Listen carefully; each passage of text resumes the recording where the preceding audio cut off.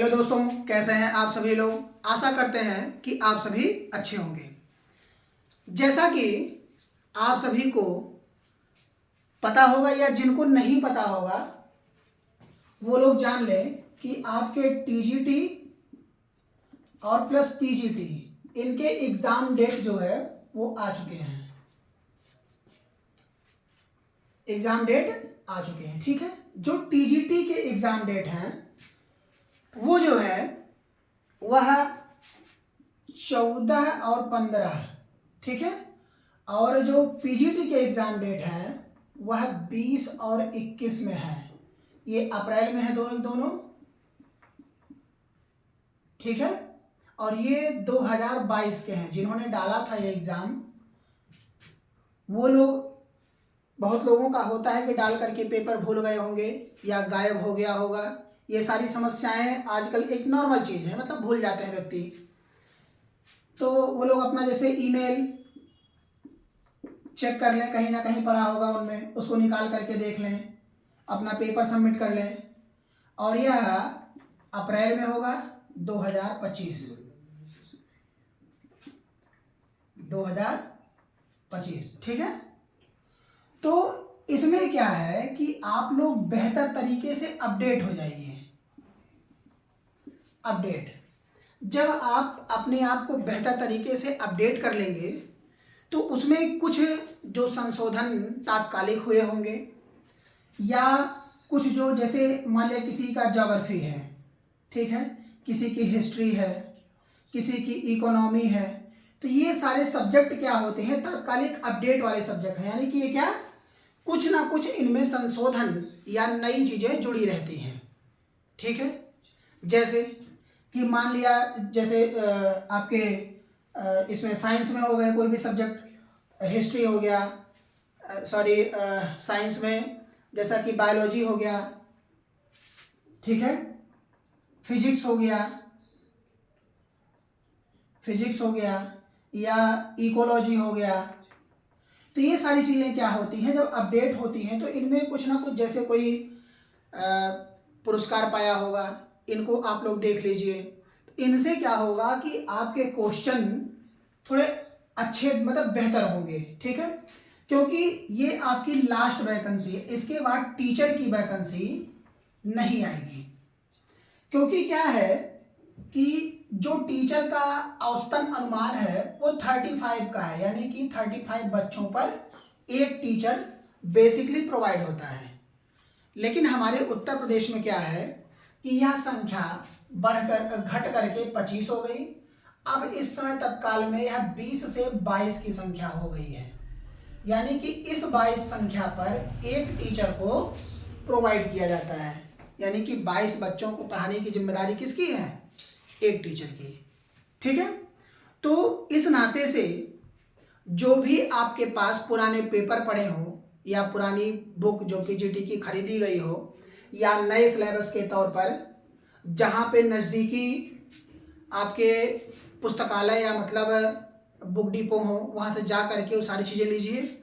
और ज़्यादातर solve paper लीजिएगा, previous year paper, solve paper ले लीजिएगा। इससे क्या होगा, यहाँ से कुछ ना कुछ क्वेश्चन आपके उसमें आएंगे ही आएंगे। लगभग 25, लगभग मान के चलिए कि 40 से 60% के एवज में आपके क्वेश्चन यहाँ से मिल जाएंगे आराम से। कुछ जो आपके अपडेट हुए रहेंगे उनको उनमें से आप देख लीजिएगा, और कुछ जैसे पेपर के माध्यम से या पत्रिका के माध्यम से या करंट अफेयर के माध्यम से कुछ चीज़ों को उनमें से देख लीजिएगा। जैसे करंट अफेयर के तौर पर आप लोग आई दृष्टि देख सकते हैं, आई दृष्टि, ठीक है। आई दृष्टि ये बेस्ट देन है, और यह दृष्टि की ही जो है मंथली पत्रिका निकलती है, मंथली पत्रिका निकलती है, उसको आप लोग देख लीजिए। उसमें सब्जेक्टेड होते हैं, जैसे geography, economy, polity, civics, ethics, ये सारी चीज़ें उसमें आप लोगों को मिल जाएंगे, ठीक। तो बेस्ट देन में आप लोग इसकी तैयारी करके भरपूर अपने आप को बेजोड़ बनाए रखिए कि कब यह पेपर आप लोगों के समक्ष आकर के होने, जैसे कि एग्जाम डेट तो फाइनली हो गया है, यानी कि होना ही होना है। और उसी अप्रैल यानी कि मार्च और अप्रैल के बीच में ही आपके आरओ के भी एग्जाम होने वाले हैं। तो करंट से आप लोग अपडेट रहिए हमेशा, ठीक है। करंट के लिए जहां से कोई भी न्यूज या तात्कालिक घटना या अभी जैसे महाकुंभ लगा, इनसे बहुत सारे क्वेश्चन बनेंगे जो कि पूछे जाएंगे। तो इन सभी चीजों के लिए आप लोग तैयार रहिए, ठीक है। तो आइए चलिए आज की क्लास में हम लोग चलते हैं। जैसे कि इतिहास में हम लोगों ने पूरा पाषाण काल पढ़ा था और पूरा पाषाण काल को कुछ भागों में हम लोगों ने डिवाइड किया था, यानी कि उनकी अवस्थाओं के आधार पर 3 प्रकार से हम लोगों ने डिवाइड किया था, ठीक। उनमें पहला था निम्न पुरा पाषाण काल, निम्न पुरा पाषाण काल, ठीक है। सेकंड था इनमें, वह था मध्य पुरा पाषाण काल, मध्य पुरा पाषाण काल, ठीक है। और जो इनमें थर्ड था अर्थात तीसरा, वह था उच्च पुरा पाषाण काल, उच्च पुरा पाषाण काल। तो इनकी जो समय अवधि थी, समय अवधि वह 2,50,000 से लेकर यह 1,00,000 वर्ष तक था, ठीक है। और यह 1,00,000 वर्ष से लेकर 40,000 वर्ष तक था, ठीक है। और यह जो है 40,000 वर्ष से लेकर 10,000 वर्ष तक था, ठीक है। तो ये सारी चीजें जैसे आप लोग देख रहे होंगे घट रहा होगा, तो ये सब के सब ईसा पूर्व में थे, ईसा पूर्व अर्थात BC, before born of Christ, ठीक है। इनकी संस्कृतियों को हम लोगों ने 3 भागों में देखा था डिवाइड करके, सल्क संस्कृति, फलक संस्कृति एवं सल्क तथा फलक संस्कृति। यानी कि जिन जिन घाटियों में ये संस्कृतियां विद्यमान थी और पाई गई, वह कहाँ एवं किन अवस्थाओं में पाई गई, उन चीजों को हम लोगों ने देखा था, ठीक है। तो चलिए अब हम पहले पढ़ना स्टार्ट करेंगे निम्न पुरा पाषाण काल। क्या पढ़ेंगे हम? निम्न पुरा पाषाण काल, ठीक है। इनमें पहला है हमारा निम्न पुरा पाषाण काल, ठीक है। जैसे इनकी अवधि हमने कहा आप लोगों से कि यह 2,50,000 से लेकर लगभग 1,00,000 BC तक था, 1,00,000 BC तक था, ठीक है। पहले के समय में क्या था कि जो इनकी अवस्थाएं या रहने का समय हुआ करता था, जैसे कि इनकी जो अवधि प्लिस्टोसीन, प्लिस्टोसीन इनके युग का पूरा मध्य, यानी कि प्लिस्टोसीन से लेकर के एवं मध्य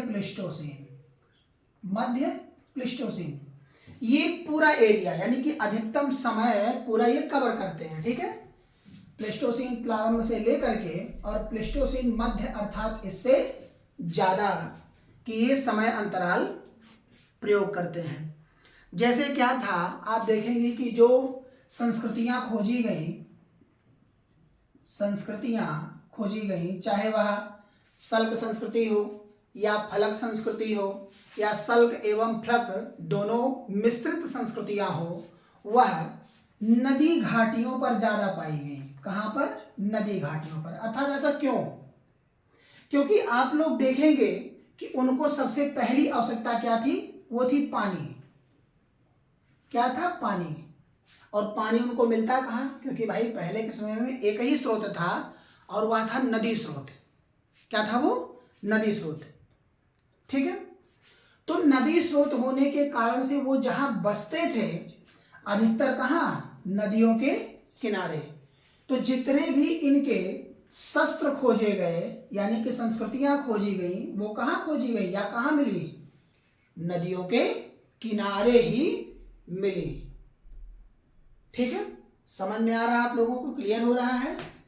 ठीक है, यानी कि अब हम कह सकते हैं कि जो भी इनके उपकरण या हम कहें हथियार जो मिलेंगे वो कहाँ मिलेंगे, नदियों के किनारे पर। क्यों? क्योंकि वहां पर पत्थर की अधिकता, बनाने के तरीके या तोड़ने के, या जिस प्रकार से इसको तोड़ करके इन्होंने बनाया या जिस तरह से बनाया, ठीक है, वो सब के सब कहाँ, नदी के किनारे ही थे, नदी के किनारे ही थे। ठीक है, तो मुख्य रूप से जो इनके क्षेत्र का फैलाव था, वह पश्चिमी यूरोप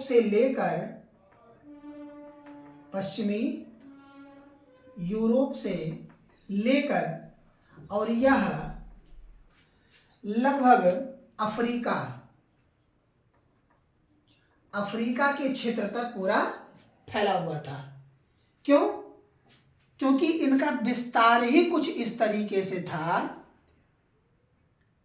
इनका जो है विस्तार ही कुछ इस तरीके से था कि इनका फैलाव नदी के किनारे से ही होता हुआ यानी कि यूरोप से होता हुआ अफ्रीका तक पूरी तरह से इनका विस्तार हुआ था। ठीक, जैसा कि जब हम पूरा पाषाण काल पढ़ रहे थे, पूरा पाषाण काल, तो उनमें हम लोगों ने इनकी प्रवृत्ति को देखा था, यानी कि इनके बाई नेचर कैसे, ये कैसे हुआ करते थे, खाना बदोश।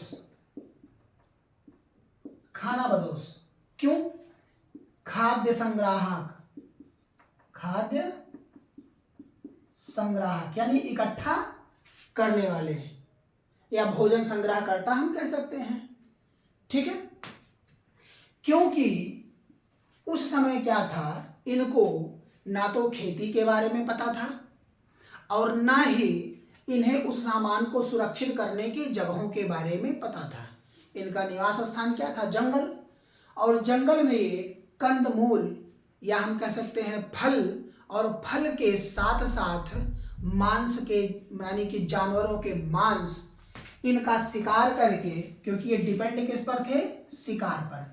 ठीक है, शिकार करके मार के खाने का कार्य या उनको मार के इकट्ठा करने का कार्य, यानी कि समय के आधार पर उनको भोजन ग्रहण कराया या मतलब करते थे। ठीक है, जैसे महाराष्ट्र में MH, महाराष्ट्र का बोरी नामक एक स्थान है, महाराष्ट्र में बोरी नामक एक स्थान है जहां पर सबसे प्राचीन, ठीक है, यहीं पर निम्न पुरापाषाण काल के स्थल खोजे गए हैं, जो कि ये कैसे हैं, सबसे प्राचीन स्थल हैं। ठीक है, अब जैसे मान लिया कि ये औजार निर्माण कर रहे हैं, ठीक है, तो औजार यह अपने आधार पर ही निर्माण, यानी कि अगर कहा जैसे नुकीला कितना होना चाहिए या कि इनसे शिकार करने पर, जैसे ये अपडेट भी तो होते थे कि भाई कोई मोटा पत्थर लेकर के मारोगे तो उससे मारने में कम से कम 10-5 बार मारोगे तब मरेगा, लेकिन थोड़ा सा अगर नुकीला हो जाए, सोचो भाले का निर्माण हुआ उसी को देखते हुए तो हुआ। माइक्रोलिथिक एज में क्या होता है, यानी कि उस पत्थर को महीन अर्थात बारीकी तरीके से बना करके उससे शिकार करने के साक्ष्य मिले हैं, तो अर्थात कहीं ना कहीं उसका प्रयोग हुआ होगा, तभी तो ऐसा मिला है। आखिर भाला है, तलवार है या बर्छा है, उनमें आप देखेंगे आगे की तरफ नुकीला और धारदार होता है, यानी कि लगने के बाद ऑटोमेटिक जानवर क्या हो जाते हैं, घायल हो जाते हैं। तो इसको भी ये लोग अपडेट करते रहे। तो जो इनके हथियार हुआ करते थे वह ज्यादातर नदी के किनारे ही स्थलों में पाए गए, ठीक है, जिनमें कुल्हाड़ी,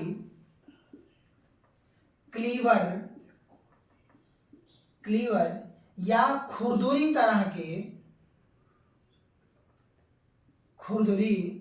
तरह के हथियार पाए गए, जो कि ये चूना पत्थर से निर्मित थे।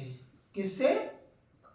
चूना पत्थर से निर्मित थे या निर्मित करके बनाए गए। ठीक है, जो इनके प्रमुख स्थल थे, यानी कि जिन स्थलों में निम्न पुरापाषाण काल के साक्ष्य पाए गए हैं उनमें है, यानी कि अगर हम इनके स्थल की बात करें तो इनके स्थल में जैसे सोहन घाटी, जो कि इस समय कहाँ है? वर्तमान पाकिस्तान में है, अर्थात कहाँ है? पीओके में, तत्कालिक सोहन घाटी। थार रेगिस्तान, ठीक है, कश्मीर, मेवाड़ का मैदान वहां भी पाए गए हैं। ठीक है, सौराष्ट्र, गुजरात, दक्कन का पठार, सौराष्ट्र, ये सब स्थल हैं जहां पर इनके पाए गए से बहुत सारे हैं, जैसे कावेरी नदी का उत्तरी मैदान, यूपी का बोलन घाटी। ठीक है, तो ये जो है महत्वपूर्ण है। ठीक है, अभी आगे हम लोगों ने देखा था जैसे सोहन संस्कृति या बीवर संस्कृति करके दो संस्कृतियां उसमें बहुत फलीभूत हुई। क्यों? क्योंकि इन लोगों के काल में क्या होता था कि जैसे कुछ ऐसी चीज़ों का ये लोग निर्माण किया करते थे जो इन लोगों को अच्छा लगे। जैसे आज के समय जो जनजातियां हैं, आप देखेंगे बहुत लोग होते हैं जो अपने ऊँट पर छल्ले लगाने के कार्य करते हैं, यानी कि जितने बड़े उनके मुंह पे छल्ले लगेंगे उतनी ही ज़्यादा उनकी खूबसूरती वर्णित होती है या मतलब बोली जाती है। ठीक है, तो जो पहली संस्कृति थी वह थी सोहन संस्कृति। इसको आप लोग नोट कर लीजिए, इसके आगे हम चलते हैं।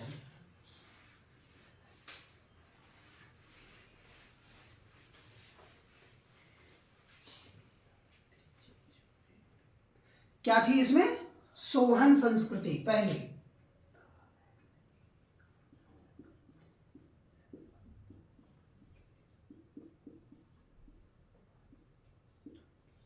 इनके जो स्थल हैं, यह क्यों इसका सोहन नाम ही क्यों पड़ गया? क्योंकि यह जो है सिंधु नदी की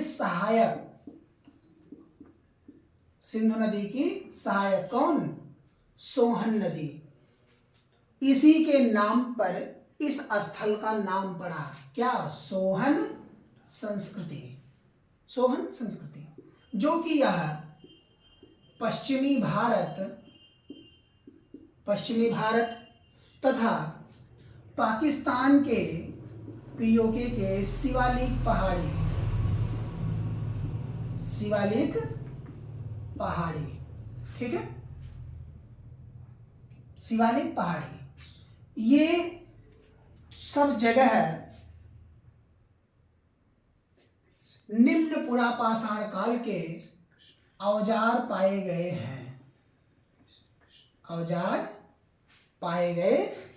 हैं।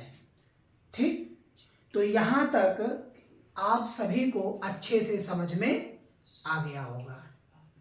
ठीक है, तो इसके आगे हम यानी कि मध्य पुरापाषाण काल कल की क्लास में हम बात करेंगे। तो आज के लिए इतना ही। जैसा कि 2-3 दिन आप लोगों को वीडियो देखने को नहीं मिला, तो इस कारण से इस समय हम डेली क्लास करेंगे और ज़्यादा से ज़्यादा कुछ करंट भी अपडेट किए जाएंगे आप लोगों के लिए, जिससे आने वाले पेपर में आप लोगों के लिए बेहतर सिद्ध हो। ठीक, और कुछ टॉपिक जैसे पेपर, आप लोग मैगजीन और पेपर ये दोनों चीज़ें पढ़ा करिए। एक पढ़ने से कुछ नहीं होगा, क्योंकि पेपर डेली अपडेट के लिए है और पत्रिका या मैगजीन जो आप लोग पढ़ते हैं वह सालिना, मंथली या 6 महीने का होता होगा। ठीक है, तो हमेशा डेली अपडेट होना बहुत ही ज़रूरी है। और न्यूज़ देखिए आप लोग, न्यूज़ में भी आप लोगों को बेहतर देखने को मिलेगा। ठीक है, तो आज के लिए इतना ही। आप सभी को धन्यवाद और हमारे चैनल से ज़रूर जुड़ें और ज़्यादा से ज़्यादा जुड़ें, सब्सक्राइब करें, ठीक है, जिससे आप लोगों तक मेरी वीडियो पहुंच सके। धन्यवाद।